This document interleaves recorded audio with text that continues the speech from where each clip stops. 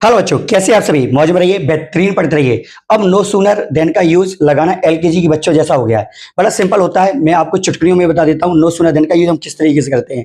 अगर हम बात करें नो सूनर का यूज हमेशा अगर देख लिया जाए, आपका एज सून एज की जगह पर किया जाता है। किसकी जगह पर किया जाता है? एज सून एज की जगह पर किया जाता है। तो एज सून एज की जगह पर हम नो सूनर लिखेंगे। एज सून जगह पर हम क्या लिख लेंगे? नो सूनर लिखेंगे।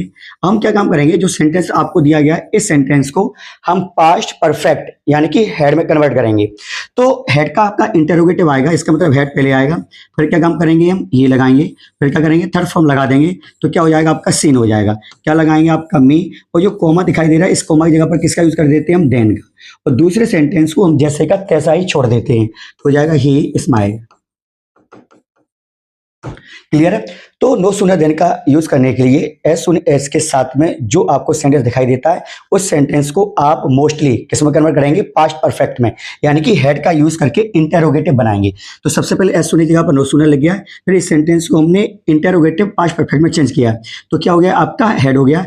हेड क्योंकि पहले आ जाता है इंटेरोगेटिव में, फिर क्या लगाएंगे, ही आ गया। सा का थर्ड फॉर्म हो गया, मी का मी हो गया। देन लगाएंगे कोमा की जगह पर ही स्माइल हो जाए। ठीक इसी तरीके से देखो इसको यूज करते हैं। तो एज सून की जगह पर हम क्या लगाएंगे, नो सूनर। क्लियर है? जो ये सेंटेंस आपको दिखाई दे रहा है इस सेंटेंस को हम पास्ट परफेक्ट में कन्वर्ट कर देंगे और इंटेरोगेटिव बनाएंगे। तो इंटेरोगेटिव बनाने के लिए क्या होता है, सबसे पहले हम क्या लगाते हैं, हेड। फिर हम क्या काम करेंगे, सब्जेक्ट लिख देंगे। तो क्या हो जाएगा, आपका द बेल। ठीक है, रैंक का थर्ड फॉर्म लिख देंगे। तो यहाँ क्या हो जाएगा, रंग। कोमा की जगह पर हम किसका यूज करते हैं, देन। और दूसरे सेंटेंस को जैसे का तैसा ही चिपका देते हैं। तो क्या हो जाएगा, द स्टूडेंट्स।